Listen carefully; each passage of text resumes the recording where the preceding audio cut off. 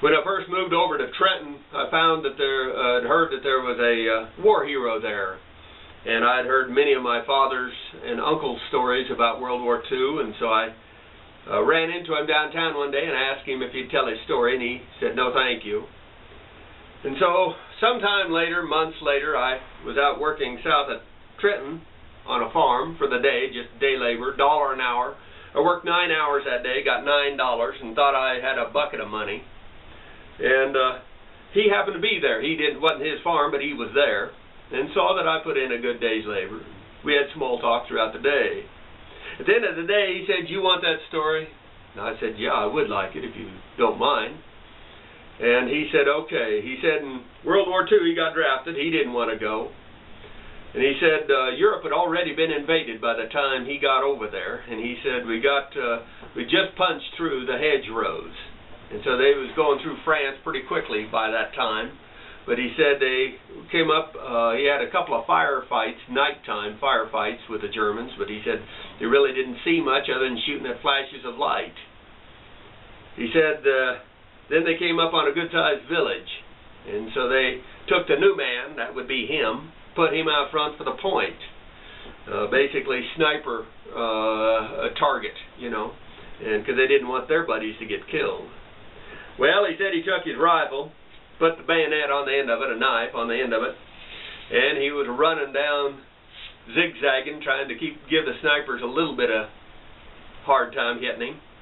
And he said nobody shot at him, and he said he ran up to one edge of a building, big, tall building, and he said he was going to run around it, and as he got to the edge of it, the corner, he said, "Here come a German running around the same time." And he said their eyes was looking more for snipers, both of them, and so they wasn't watching where they was running. And he said they literally ran into each other. He said his bayonet stabbed the German, and the German stabbed him. He said neither one was stabbed bad enough to have killed them, but they was bloodied up pretty good in their bellies. And he said it scared him so bad he dropped his rifle. And he said the German dropped his rifle. And he said the German couldn't have been over 16 years old, and he took off and was running for his life. And he said, and I did the same thing. I turned and I ran. And he said, with blood in my hands and running bent over with a bayonet wound in my belly.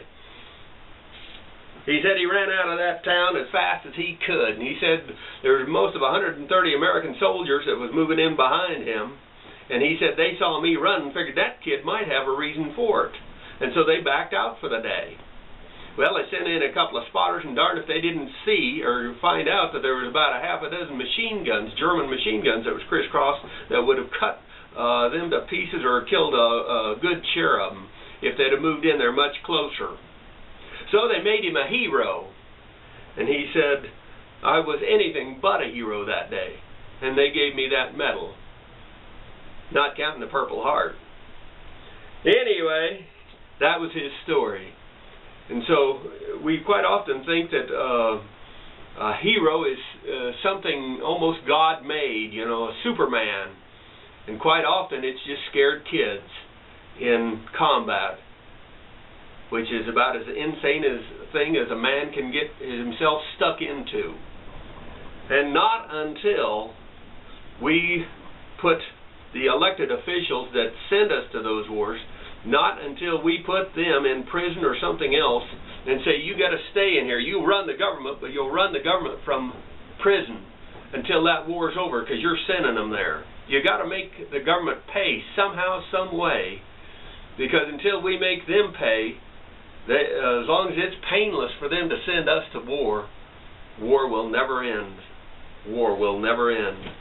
And you will see your relatives and your friends die each generation until that happens. This is McCook's Mr. Bill. Rate this film.